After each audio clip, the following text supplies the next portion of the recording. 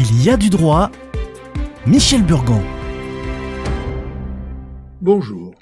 Le bilan patrimonial est indispensable. C'est un outil de diagnostic et d'évaluation préalable à toute décision. Le bon sens doit être encadré par le droit. C'est une imagerie économique et juridique du patrimoine. Le recensement des actifs et du passif, le recensement et la vérification de la validité de tous les contrats et de tous les droits.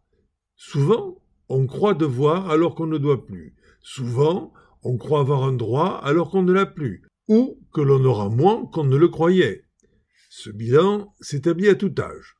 C'est une réflexion indispensable vers 40-45 ans.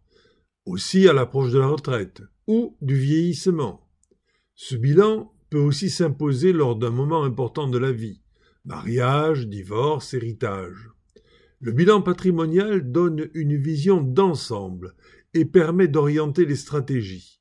Il permet de connaître les impôts ou droits de succession, de connaître les ressources nettes dont on peut ou pourra disposer, de rechercher des pistes d'optimisation, de corriger des erreurs et d'éviter d'en commettre.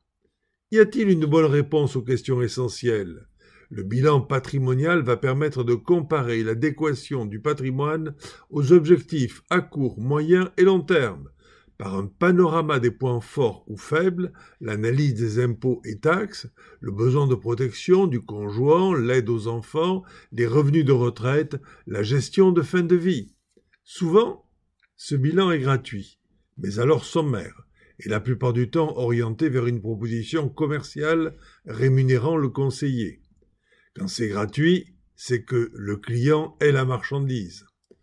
Dans le cadre des divorces et des successions, les notaires et avocats savent organiser des bilans patrimoniaux sains et indépendants pour que le partage des biens soit équitable.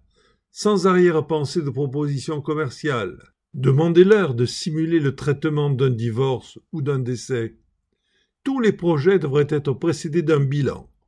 Mais sans projet, il reste utile de dresser un bilan, qui d'ailleurs fera certainement naître des projets à son tour.